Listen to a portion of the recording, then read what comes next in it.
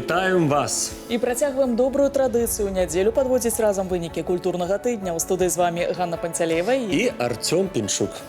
Самая цікавая падзея ў культурным жыцці краіны толькі на тэлеканале сапраўдных каштоўнасцей. Сёння ў праграме узгадаем палітру дзён культуры Беларусі ў Азербайджане. Далучымся да святкавання Дня яднання народаў Беларусі і Расіі. Пазнаёмімся з зямлёй Леаніда Левіна на аднайменнай выставе ў Дзяржаўным літаратурным музеі Янкі Купалы. Пагартаем старонкі новага выдання паэмы Міхасёвы прыгоды на свяце да Міжнароднага дня дзіцячай кнігі. Павіншуем мінскі дзяржаўны музычны каледж імя Міхаіла Глінкі з векавым юбілеем. Даведаемся пра адметнасці сёлетняга фестывалю музыкі «Мінская вясна». І ўбачым паэму «Маскарад» Міхаіла Лермонтова на сцэне тэатра імя Максіма Горкага. Сёння праваслаўныя вернікі святкуюць дабравешчанне Прасвятой Багародзіцы. У гэты дзень царква ўзгадвае дзіўную падзею. Дзень, калі сам Гасподзь праз архангела Гаўрыіла звярнуўся да Дзевы Марыі з добрай весткай, што яна абрана, каб стаць маці Сына Божага. Адсюль і назва свята – дабравешчанне. Кажуць, што на дабравешчанне птушка гнязда не ўе, дзяўчына касы не пляце. У гэты дзень забаронена вязаць, шыць, ладзіць вялікія весялосці і строга забаронена працаваць. Мы віншуем са святам і жадаем толькі добрых вестак. Культурны дыялог паміж Беларуссю і Азербайджанам. На гэтым тыдні адбылася знамянальная падзея, якая сведчыць пра ўзаемную цікавасць да культурных дасягненняў нашых народаў. У Баку прайшлі Дні культуры Рэспублікі Беларусь. Творчая дэлегацыя з сінявокай у складзе 60 чалавек, мастакоў, артыстаў і майстроў прадэманстравала свой культурны патэнцыял у краіне агнёў. На сцэне палаца Гейдара Аліева выступілі дзяржаўна-акадэмічны ансамбль танца Беларусі, заслужаная артыстка Вікторыя Алешка, салісты оперы Вялікага тэатра Беларусі Дар'я Гаражанка і Дзяніс Янцэвіч, Самір Елчыў, Юнэш і беларускі дзяржаўны ансамбль песняры. У Азербайджанскім нацыянальным музеі мастацтваў прэзентавалі выставу беларускіх мастакоў. 35 твораў у жанры пейзаж і карціны, прысвечаныя 80годдзю вызвалення Беларусі ад нямецка-фашысцкіх захопнікаў. Таксама публіцы паказалі 4 фільма вытворчасці нацыянальнай кінастудыі «Беларусьфільм», сярод якіх драма Александра Яфрэмова «Ліст чакання». Дні культуры сталі новым словам у культурным дыялогу. Было падпісана шэраг дамоў аб супрацоўніцтве і абмеркаваны візіту адказ творчай дэлегацыі з Азербайджана ў 2025 годзе. Вскоре мы увидим нашего дорогого друга, профессора, народного артиста Республики Азербайджан, директора филармонии на сцене Большого зала филармонии. И также в ответ туда планируется поездка нашего художественного руководителя, заслуженного артиста Республики Беларусь Юрия Николаевича Гильдюка. То есть таким образом мы показываем в том, что мы развиваем сразу несколько направлений. И провели переговоры по участию нашего прославленного ансамбля «Песняры». И провели переговоры по развитию академической сферы. И что самое главное, что это не пустые слова, а конкретные решения и действия. Свята, якое сімвалізуе агульнасць гістарычных лёсаў, шматвекавое моцнае сяброўства і духоўнае братства адзначылі на гэтым культурным тыдні прадстаўнікі саюзнай дзяржавы. З нагоды Дня яднання народаў Беларусі і Расіі ў краіне прайшоў шэраг тэматычных мерапрыемстваў, выставачных праектаў, канцэртаў, лекцый і творчых сустрэч з удзелам як беларускіх, так і расійскіх прадстаўнікоў культуры. Так, на сцэне Палаца Рэспублікі перад прысутнымі разгарнулася маляўнічае відовішча. Канцэрт з удзелам заслужаных калектываў дзвюх краін. Сваё майстэрства на сцэне прадэманстравалі рускі нацыянальны балет «Кастрама», нацыянальны акадэмічны народны хор Беларусі імя Геннадзя Тітовіча, арт-група хор турэцкага і спявачкі Варвара, Алёна Ланская і Александра Гайдук. А на сцэне беларускага дзяржаўнага акадэмічнага музычнага тэатра сваю творчасць жыхарам сінявокай упершыню прадэманстравалі артысты смаленскага камернага тэатра. Калектыў прадставіў спектакль «Жаніцьба Бальзамінава» паводле твора Александра Астроўскага.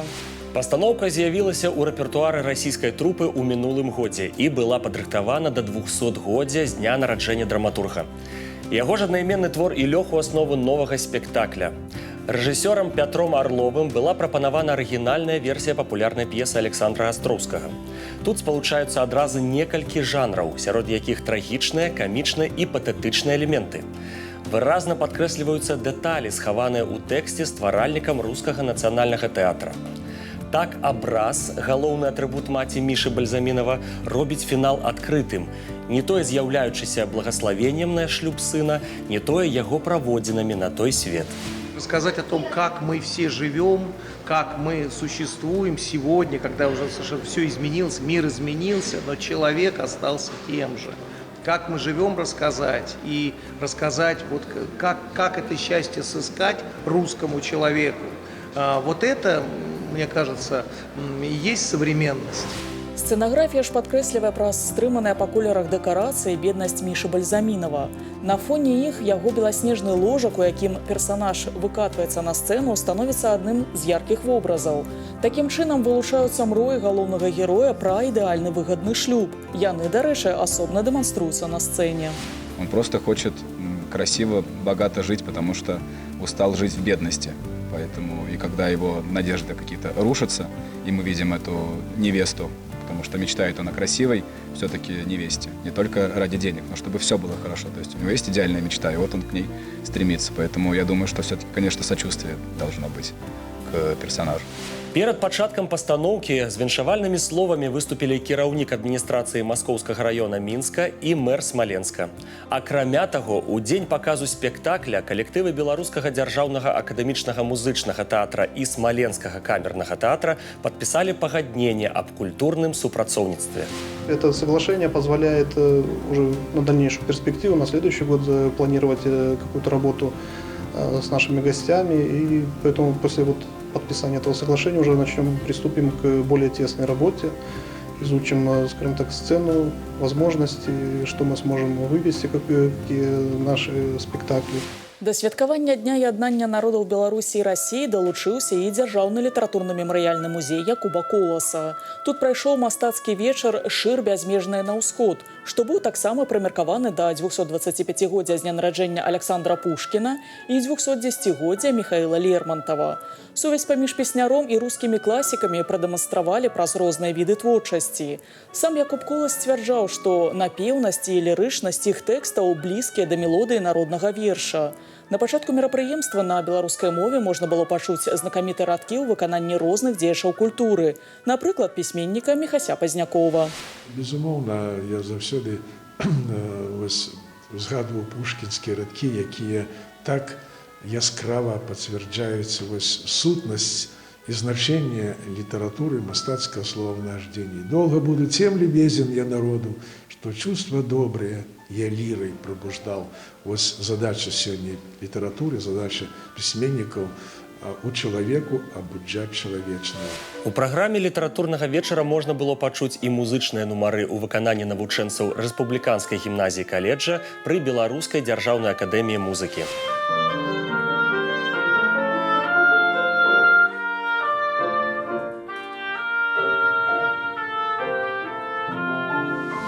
Напярэдадні свята ў Нацыянальным мастацкім музеі таксама адкрылася мабільная планшетная выстава «Шэдэўры рускага музея». Экспазіцыя дэманструе 23 жывапісныя работы, створаныя на працягу 14-20 стагоддзяў. Праект знаёміць з вядомымі палотнамі знакамітых майстроў, сярод якіх Васіль Сурыкаў, Архіп Куінджы і Арэст Кіпрэнскі. Лічбавыя копіі карцін дапоўнены QR-кодамі, дзякуючы якім наведвальнікі могуць не толькі атрымаць звесткі пра пэўны сюжэт, але і перанесціся ў залы дзяржаўнага рускага музея. Дыялог мастацтваў, паэзіі і музыкі, прысвечаны Дню яднання народаў Беларусі і Расіі, зладзілі на гэтым культурным тыдні ў дзяржаўным літаратурным музеі Янкі Купалы. У межах культурна-асветніцкага праекта «Музыка ў музеі», прымеркаванага да 80-годдзя установы, там прадставілі канцэрт класічнай музыкі «Песня толькі на свеце жывуя». Да свята музычныя творы беларускіх і рускіх кампазітараў прагучалі ў Купалавым доме ў выкананні выкладчыкаў і студэнтаў Беларускай дзяржаўнай акадэміі музыкі. Белорусских композиторов-романтиков XIX века, Флориана Милодовского, Михаила Клеофаса Агинского и других, и русских композиторов, наиболее известных, да, во всем мировом культурном пространстве, Петра Ильича Чайковского, Сергея Рахманинова. Мы считаем, что именно музыка должна звучать в музее, потому что тогда все музейное пространство оживает. Таксама ў дзяржаўным літаратурным музеі Янкі Купалы на гэтым тыдні сумесна з творчай майстэрняй архітэктара Леаніда Левіна прэзентавалі выставу «Зямля Леаніда Левіна». Проект прысвечаны памяці лаўрэата дзяржаўнай прэміі Рэспублікі Беларусь Леаніда Левіна і прымеркаваны да 75-годдзя парка імя Янкі Купалы. Наша карэспандэнт Марыя Брэхун прайшлася творчымі сцежкамі заслужанага архітэктара і пазнаёмілася з яго спадчынай. Кожнаму мінчаніну добра знаёмае гэтае месца. А ці ведалі вы, хто з'яўляецца архітэктарам станцыі метро Няміга? Леанід Левін, стваральнік шматлікіх вядомых мемарыялаў і пабудоў. Сёння мы больш даведаемся пра майстра і спадчыну, якую ён пакінуў. У майстэрні Леаніда Левіна ў падвале дома на праспекце Незалежнасці ўсё засталося такім, як было пры жыцці архітэктара. Яго стол, кнігі, праекты, настольная лямпа. Сёння дачка заслужанага архітэктара Беларусі узначальвае творчую майстэрню бацькі. Галіна прызнаецца, што яна не адважваецца сядзець у крэсле Леаніда Менделевича. Он был очень увлечен работой. И, видимо, это для меня было хорошим примером. Не было ни одной архитектурной задачи, ни одного проекта, которое было бы рядовым. Даже обычная работа, обычный заказ по благоустройству центра Давидгородка привело к тому, что была сделана очень такая глубокая, архитектурная, интереснейшая работа, удостоенная Государственной премии Республики Беларусь. Все проекты, все идеи, они настолько увлекали его, любая тема настолько увлекала, и он нас увлекал этими идеями, что это, сколько я не работала, сколько не встречала других архитекторов, это нету такого примера увлеченности. Карэнны мінчанін Леанід Левін пасля заканчэння ў 1960-м Беларускага політэхнічнага інстытута 37 гадоў працаваў у Мінск-праекце з вядучымі архітэктарамі краіны. У яго творчай скарбонцы будынкі Міністэрства замежных спраў і кінатэатра «Піянер», рэканструкцыя Траецкага і Ракаўскага прадмесцяў, Верхняга горада, Нямігі. Здаецца, спіс можна працягваць яшчэ вельмі доўга. Так получилось, что я с Леонидом Менделевичем как скульптор работал на проекте «Мемориал память» на проспекте Дзержинского города Минска, там, где памятник скорбящей матери около братской могилы. И делал мемориал «Куб мужества и скорби» в городе Бобруйске. Это на территории Бобруйской крепости, памяти сожженных и расстрелянных военнопленных времен Великой Отечественной войны и гражданского населения. Там братская могила тоже мы реконструировали. Могу одно сказать, что встреча с таким большим архитектором, выдающимся архитектором, настоящей звездой белорусской архитектуры, на меня очень сильно повлияла. И для меня Леонид Менделевич был и есть, и остается. Даже что его нету сейчас с нами рядом, но как бы он остается в своих памятниках, в своих высказываниях, в своих в каждодневном труде. И то, что по всей территории Беларуси установлены им работы, они имеют свое искреннее звучание, не банальное. Кожны беларус ведае мемарыяльны комплекс «Хатынь», але мала хто чуў, што на праект мемарыяла быў аб'яўлены конкурс. І, як ужо вядома, выйгралі яго тады маладыя архітэктары Градаў, Занковіч і Левін. Майстры паспелі пагутарыць з Іосіфам Камінскім, які цудам застаўся жыць пасля прыходу ў вёску немцаў. Пасля таго, як вёску спалілі, мужчына знайшоў сярод забітых свайго параненага сына, і той памёр на руках у бацькі. Менавіта гэты трагічны момант захаваны ў скульптуры «Няскораны чалавек». Безусловно, тема военной истории для него являлась очень внутренне необходимой. Поэтому она и получилась такая мощная, такая эмоциональная, пережившая различные периоды развития и в искусстве, и в общественной жизни Беларуси. Асаблівае месца ў жыцці Леаніда Левіна займаў парк імя Янкі Купалы. Менавіта тут у свае студэнцкія гады майстар гуляў з будучай жонкай. Першапачаткова гэты парк быў закладзены да 30-годдзя БССР, а крыху пазней маляўнічы куточак Мінска атрымаў імя песняра. Да 90-годдзя з дня нараджэння Янкі Купалы парк атрымаў новае аблічча, якое стварала група скульптараў і архітэктараў, сярод якіх Леанід Левін. Калі мы рыхтавалі план на гэты год, мы менавіта рыхтавалі яго з тым улікам, што музей адзначае 80-годдзе музея. І ўсе гэтыя праекты, як, напрыклад, культурна-адукацыйныя ці выставачныя, яны былі прымеркаваны да гэтай даты. І вось узнікла такая ідэя стварыць выставачны праект, прысвечаны менавіта Купалаўскаму парку, бо у ім арганічна зліліся ў адзін такі ансамбль, помнік паэту, фонтан, вянок, літаратурны музей Янкі Купалы. Выстава «Зямля» Леаніда Левіна прадстаўляе наведвальнікам аўтабіяграфічную кнігу майстра, фотаздымкі, яго асабістыя рэчы і радкі вершаў, якія пісаў Леонид Менделевич. У іх ёсць такая сямейная авоська. Яна была ў кватэры, у доме, і была поўная старой перапіскі, лістоў, фотаздымкаў, малюнкаў ваеннага часу. Это калі сам Леонид Левін пісаў свайму бацьку на фронт, і бацька адказваў, і жонцы пісаў, і цешчы. І вось на аснове гэтай авоські зроблены праект «Вайна і любоў», які прадстаўлены на планшетах, а таксама ў фармаце кнігі. Наш галоўны дарадчык Янка Купала. З такім дэвізам стваралі помнік песняру скульптары Анатоль Анікейчык, Леў Гумілеўскі, Андрэй Заспіцкі і архітэктары Юрый Градаў і Леонид Левін. Цяпер насустрач гасцям парка крочыць Янка Купала, а на скрыжаванні алей струменіць фонтан «Вянок», які адлюстроўвае адзін з момантаў купалля – пускання вянкоў у ваду. Леонид Левін быў філосафам у архітэктуры. Яго работы не проста напамін пра пэўны гістарычны факт, падзею чалавека. Яго ідэі прымушаюць думаць, разважаць. Марыя Брэхун, Іван Пікалёў і Артём Глушук спецыяльна для культурнага тыдня. З днём нараджэння аднаго з самых вядомых казачнікаў гісторыі Ганса Хрысціяна Андерсена супадае свята, якое адзначалі на гэтым культурным тыдні дзясяткі краін. Міжнародны дзень дзіцячай кнігі. Далучыліся да святкавання і ў дзяржаўным літаратурна-мемарыяльным музеі Якуба Коласа. І гэта не выпадкова, бо класік беларускай літаратуры адзін з пачынальнікаў айчыннай дзіцячай прозы.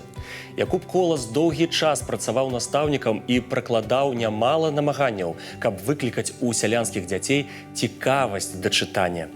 У 1935 годзе пабачыла свет яго дзіцячая паэма «Міхасёвы прыгоды», якую часам называюць апавяданнем у вершах. Падчас тэматычнай імпрэзы ў музеі старшыня Саюза пісьменнікаў Беларусі Алесь Карлюкевіч прэзентаваў новае выданне паэмы «Міхасёвы прыгоды», якое выйшла ў выдавецкім доме «Звязда». Адбылася сустрэча з унучкай песняра Марыяй Міцкевіч і Сергеем Волкавым, сынам знакамітага мастака Анатоля Волкова, які рабіў ілюстрацыі да першага выдання «Міхасёвых прыгод».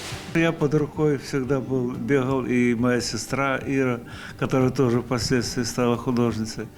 Мы позировали. Конечно, это для мальчишки 7, 8, 10 лет. Это было достаточно нудное занятие, когда надо было рисовал-то, минут 20-30. Основная поза, все складки на рубашках, там еще что-то, поворот головы. Все это потом сохранялось в иллюстрациях. Позировать было невозможно. При моем характере я был достаточно неусидчивый. 100 год поспеху.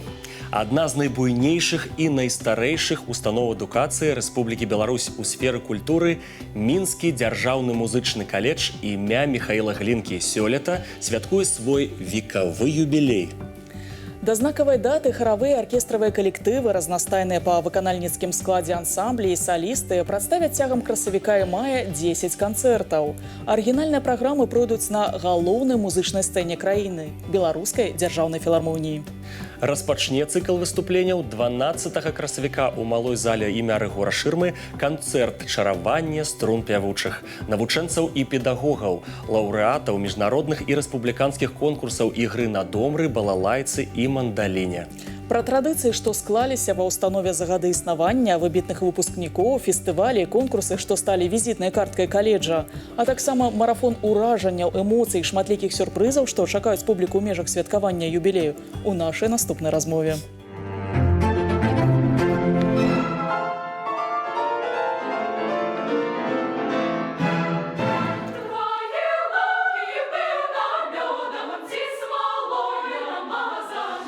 Алексей Иванович, приветствуем в вашем лице альма-матер большого количества известных музыкантов. Вы также ее выпускник. колледже мощная хоровая база. Это как-то повлияло на ваше решение возглавить его? Хоровая база, она формировалась тоже десятилетиями и трудами и моих педагогов, потом моих коллег. И, конечно же, это прекрасная возможность реализовывать самые смелые новаторские идеи по расширению хорового жанра в нашей стране. С одной стороны, у нас очень глубокие традиции в Республике Беларусь, заложенные такими мастерами хорового искусства, как, например, профессор Виктор Ровда, у которого мне посчастливилось в хоровом классе заниматься, и многим моим коллегам. С другой стороны, время не стоит на месте. Хоровое искусство, как и другие жанры музыкального искусства, динамично развивается во всем мире. И мы должны идти ногу со временем. Уже много лет на базе колледжа действует методическая секция, которая объединяет всех учителей вокально-хоровых дисциплин города. Это позволяет нам проводить такие интересные проекты, как Минский хоровой праздник «Спеваемая столица». Это когда сотни детей объединяются на сцене Белорусской государственной филармонии. Сейчас мы достаточно серьезно работаем над разработкой и развитием новых проектов. Сейчас будет проходить акция «Гордимся, помним, чтим», посвященный 80-летию освобождения Беларуси от немецко-фашистских захватчиков. И на базе колледжа будет проходить много репетиций, которые потом перерастут в Минский хоровой праздник «Спеваемая столица».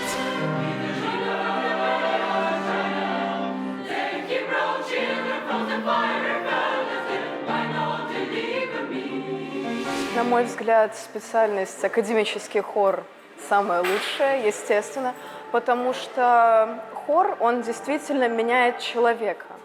То есть музыка, ты же в нее вливаешься просто полностью. Ты участвуешь в этом процессе. Весь колледж – это буквально семья. Ты приходишь, и действительно интересно идти на занятия, потому что нас учат классные педагоги. Конфликтов в коллективах, естественно, почти нету, потому что нас всех объединяет одно общее дело. И очень интересно смотреть, как люди абсолютно разные, их объединяет музыка.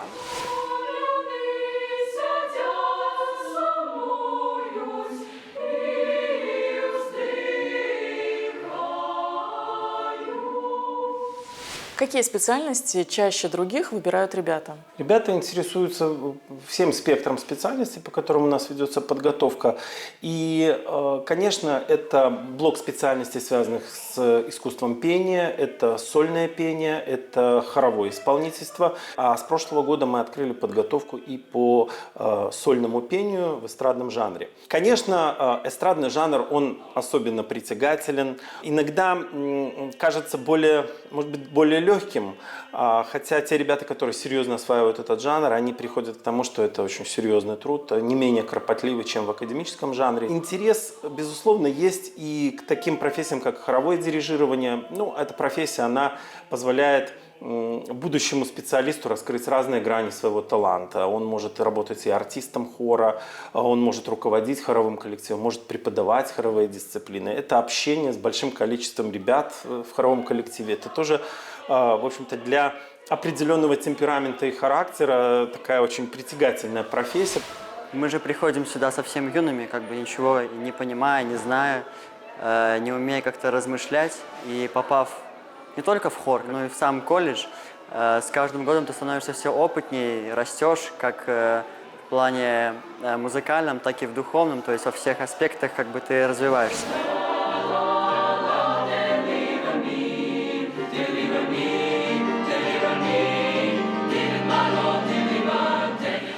В 1928 году на базе хора техникума была создана государственная хоровая капелла имени Ширма. Что еще, кроме выдающихся выпускников, разумеется, можно назвать вкладом колледжа в развитие музыкального искусства?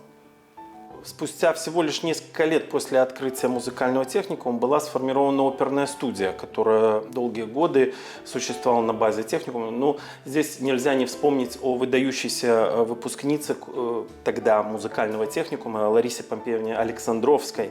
И на базе оперной студии спустя несколько лет был сформирован Большой театр. И мы гордимся тем, что и сейчас наши выпускники практически ежегодно пополняют ряды ведущих концертных театральных организаций Республики Беларусь. Святослав Сахаров и Дарья Горожанка, Станислав Трифонов, Владимир Громов. То есть можно продолжать этот список. Я не могу не вспомнить о Михаиле Яковлевиче Финберге, который буквально вот в последние месяц перед уходом из жизни он приезжал с оркестром. Среди наших выдающихся выпускников абсолютно уникальная личность – это Эдуард Семенович Ханок, дружбой с которым дорожит весь наш колледж. Он с радостью приходит на творческие встречи к учащимся. Среди наших выпускников и Максим Рассохар, нынешний руководитель оркестра имени Финберга. Это и Виталий Кульбаков, главный дирижер президентского оркестра Республики Беларусь. Ольга Янум, главный дирижер и художественный руководитель Государственной академической капеллы имени Григория Романовича Ширмы. Ну, этот список можно долго продолжать. И я очень рад, что сейчас, когда мы вошли в год столетнего юбилея колледжа, мы придумали целый ряд, целую серию концертов, целый цикл, в котором наши прославленные выпускники выступят перед публикой в программах наших концертов. И наши будущие абитуриенты и все ценители музыкального искусства, они смогут увидеть и нынешние достижения, это наши учащиеся, наши нынешние педагоги, и достижения прошлых лет. 100 лет колледжу имени Глинки и 220 лет со дня рождения композитора, чье имя носит сама альма-матер. В праздничных мероприятиях юбилейный симбиоз нашел отражение? Конечно. Здесь переплетается история в том, что он тоже фактически стоял у истоков большой русской музыки. Ну и родина Михаила Ивановича, Смоленская губерния, она, в общем-то, находится почти посередине между столицей России и Минском. Поэтому для нас это имя, оно тоже родное. И мы реализуем проект, первый международный конкурс исполнительского искусства имени Михаила Ивановича Глинки. Мы будем проводить его во всех номинациях, которые имеют, скажем так, отношение к академической музыке. И мы ждем очень известных, ярких российских музыкантов, которые уже дали предварительное согласие возглавить жюри по отдельным номинациям. Также мы с большой радостью приглашаем наших ведущих профессоров Белорусской государственной академии музыки принять участие в работе жюри. И ждем участников от 10 до 30 лет. Существует ли в колледже традиция проводить мероприятия в память о своих выдающихся педагогах? Позапрошлом году впервые состоялся фестиваль-конкурс патриотической песни имени Алексея Петровича Грасса. Это педагог, который 30 лет руководил хоровым отделением в нашем колледже и прошел Великую Отечественную войну, дошел до Берлина. Также мы в третий раз будем проводить фестиваль народной музыки имени Александра Владимировича Рощинского. Он называется «Агмень». Александр Владимирович тоже легендарная личность. Он стоял у истоков народного отделения. Он собиратель народной песни. Его обработки – это целая веха в истории обработки народной песни. Еще не могу не упомянуть о выдающемся концертмейстере Валерии Семеновиче Савине. Вот уже в третий раз состоялся республиканский конкурс концертмейстерского мастерства, который носит его имя. Какие конкурсы и фестивали за много лет стали имиджевыми для колледжа? В следующем году уже в 6-й раз состоится Минский открытый конкурс хорового и сольного пения «Весновый спев». Это конкурс действительно грандиозный по своим масштабам, по своему охвату регионов нашей страны и Российской Федерации. Он уникален составом жюри, как правило, это самые знаковые педагоги, исполнители, артисты для нашей страны. И мы гордимся тем, что после этого конкурса достаточно большое количество ребят становятся абитуриентами нашего колледжа и других уважаемых учебных заведений нашей страны. Какие коллективы, созданные на базе колледжа, стали уже известными за его пределами? Колледж гордится 10 творческими коллективами. Это 5 оркестров, 5 хоров, которые ведут активную концертную, и конкурсную деятельность. Конечно, для оркестра и хора самой важной сценой, конечно, это является Большой зал Белорусской государственной филармонии. И в цикле концертов, который мы подготовили в апреле и мае совместно с Белорусской государственной филармонией в рамках фестиваля «Минская музыкальная весна», мы представим очень интересные концертные программы в виде 10 концертов филармонии, которые пройдут с апреля по май. Мы запланировали показать все основные направления, по которым ведется обучение в колледже. И каждый концерт призван стать такой кульминационной точкой для коллег по цеху. Программа каждого концерта составлялась таким образом, чтобы показать и наши достижения прошлого, и наших педагогов, которые сегодня работают и которые направляют образовательный процесс. И, конечно же, наше будущее – это дети, которые спустя всего лишь несколько лет тоже придут артистами. Яшчэ больш музыкі, прэм'ер і сустрэч з выбітнымі музыкантамі. У Беларускую дзяржаўную філармонію прыйшла «Мінская вясна». 39-й фестываль музыкі працягнецца да 31 мая і падорыць наведвальнікам філармоніі незабыўны фінал вясны. У праграме больш 20 канцэртаў з удзелам вядучых калектываў Беларускай дзяржаўнай філармоніі і салістаў, лаўрэатаў міжнародных конкурсаў, знакамітых музыкантаў і таленавітай моладзі. Публіку чакае не толькі сімфанічная музыка, але і арганная, і харавыя выступленні, і рамансы ва ўсёй палітры музычнага мастацтва нашай краіны. Адкрыў сёння мінскую вясну аўтарскі вечар Александры Пахмутавай. Узгадаць любімая песня легендарнага аўтара прапанаваў Нацыянальны акадэмічны народны аркестр Рэспублікі Беларусь імя Жыновіча і салісты Вольга Колеснікова, Ігор Задорожны, Вячаслав Исаченко. 39-я Минская весна. Она посвящена 80-летию освобождения Беларуси. Очень приятно, что мы отмечаем столетие старейшего учебного заведения в Беларуси, Минского колледжа имени Глинки. И отмечаем вместе с творческим коллективом Минского колледжа, а также с его замечательными выпускниками, солистами оперы, филармонии и наших знаменитых оркестров. Партрэт добры, арыгінал кепскі. Няхай гаворыць, а нам якая справа? У Нацыянальным акадэмічным драматычным тэатры імя Максіма Горкага на гэтым культурным тыдні прадставілі прэм'еру драмы «Маскарад» паводле аднайменнага твора Михаила Лермонтова. Наш карэспандэнт Алесь Мойскі першым убачыў пастаноўку і прапануе разам паглядзець, як праходзілі яе рэпетыцыі. За ўсё табе я дзякую нязменна, за горыч слёз і тайну страстных слоў, за пацалунка яд і за мучэнні, за помсту ворагаў і недавер сяброў. У гэтых вершах Михаила Лермонтова ў перакладзе Юрася Свіркі адлюстравана ідэя і драмы «Маскарад», за пастаноўку якой узяўся малады рэжысёр Горкаўскага тэатра.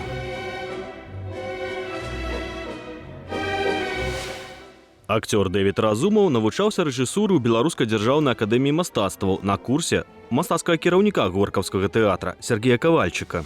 Он был каким-то собранным, интересным, вдумчивым и хорошо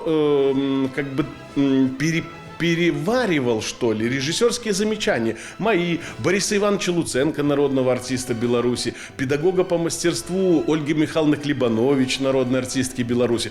То есть он вдумчивый был студент. Вот. И иногда умел удивлять какими-то интересными находками, интересными работами. Удивил дипломным спектаклем. Мы думали с Борисом Ивановичем, что он Фауста будет ставить. Он говорит: нет, я нашел материал и хочу сделать моноспектакль. Мы удивились и разочаровались. А почему не Фауст? Вы знаете, мне кажется, это интереснее. Мне сейчас... Цэнзар Бенкендорф у 1835 годзе не прапусціў драму Лермонтова на сцэну. Маўляў, у ёй занадта многа рэзкіх жарсцяў. І Михаил Юрьевич тройчы адрэдагуе п'есу, але так і не ўбачыць яе ў тэатры. Аднак сёння яна вельмі папулярна ў рускіх тэатрах, і не дзіўна, што крытыка пецярбургскага грамадства 30-х гадоў 19 стагоддзя была асучаснена і рэжысёрам Мінскага тэатра імя Горкага. Мы немного смещаем акценты и добавляем тему лудомании, которая, на мой взгляд, сегодня невероятно актуальна, когда отовсюду идет реклама казино и ставок и прочие подобные вещи. Сегодня это очень-очень большая проблема, которая доводит людей до трагедии. И поэтому наш Арбенин, вот у Лермонтова, у него нет проблем с картами. То есть он достаточно был успешным игроком, решил завязать и потом просто возвращается в игорный дом. Это не происходит как проблема, а мы же меняем вот тут вот эти акценты. Сцэнаграфічна спектакль вырашаны з дапамогай манекенаў, якія ў адных з'явах круцяцца ў вальсе на маскарадзе, у другіх сімвалізуюць пустэйшу грамадства, якое разносіць плёткі пра герояў, а ў іншых з'яўляюцца проста манекенамі ў краме. У зборным вобразе антаганіста з розных лермонтаўскіх персанажаў увасоблены Казарин, якому падчас рэпетыцыі на сцэне дапамагаюць студэнты Беларускай дзяржаўнай акадэміі мастацтваў. Играйте, князь. Имеются сомнения. Прошу, давайте отойдем и поговорим. Князь, вы играете или... Ты посмотри, он нас забалтывает, а сам карты подменил. Вы шулер, князь! Вы что, с ума сошли? Игре конец, князь! Вы шулер и подлец! Мы не настолько, наверное, еще мастодонты в этом плане. Но я думаю, если брать по себе, когда я был студентом, здесь не то чтобы учить, здесь больше, мне кажется, они должны сами для себя что-то брать. Ну, как говорится, должен быть фильтр, когда вы понимаете, что тебе нужно, что тебе не нужно, на что можно обратить внимание, что можно взять для себя в какую-то свою копилку актерскую. Я думаю, ну, как бы мы, честно говоря, ну, лично я не из таких людей, которые там кому-то что-то будут советовать. Я как бы, если брать по себе, я думаю, человек должен сам что-то нащупать свое, чтобы была какая-то своя энергия, своя природа, то есть найти свое что-то, а не идти по каким-то штампам, скажем так. У рэпертуары тэатра ёсць ужо 2 спектаклі Дэвіда Разумова «У вадавароце» і «Фауст», дзе назіраюцца імкненне да пазітыўнага фіналу. Вырашана было змяніць і канцоўку класічнай драмы Лермонтова, але каб гэта адчуць, варта наведаць прэм'ерныя пастаноўкі ў тэатры, бо па сюжэце класіка галоўная гераіня Ніна гіне ад атруты праз рэўнасць мужа Евгения Арбенина, які не знаходзіць пасля маскарада бранзалет, што ёй падарыў. Есть сцены, которые решены пластически, особенно игра игроков, то есть с Арбениным, и финал, такой ключевой, само отравление Нины. Это принцип был создать именно в приеме, именно в пластическом приеме, внутреннем приеме. Сейчас, мне кажется, это именно в современном решении это так и должно быть, потому что все-таки классический спектакль – это одно, а когда ты идешь за какой-то формой, но она должна быть, естественно, понятна, то есть у нас она и будет понятна, тогда она добавляет зрителю больше впечатлений, она более выразительна, мне кажется, и сильнее влияет на внутреннее состояние зрителя. Выканаўцам роляў галоўных герояў Арбеніна і Ніны давялося адточваць вобразы праз мноства рэпетыцый. Над гэтым працавалі разам з рэжысёрам Алена Стяценко і Андрей Сенькін, каб зрабіць гэтых персонажаў блізкімі сучаснаму гледачу. Они актуальны, потому что это тема светского общества, тема измены, тема вообще больного воображения в принципе, потому что на самом деле измены не было, но Арбенин настолько порочный, настолько страстный человек, что он себе придумал вот эту измену. Он в нее поверил, и поэтому произошла такая трагедия. Актуальность в том, что мне кажется, что люди вот именно живут страстями, какими-то придумками. На самом деле все бывает гораздо лучше, чем люди думают.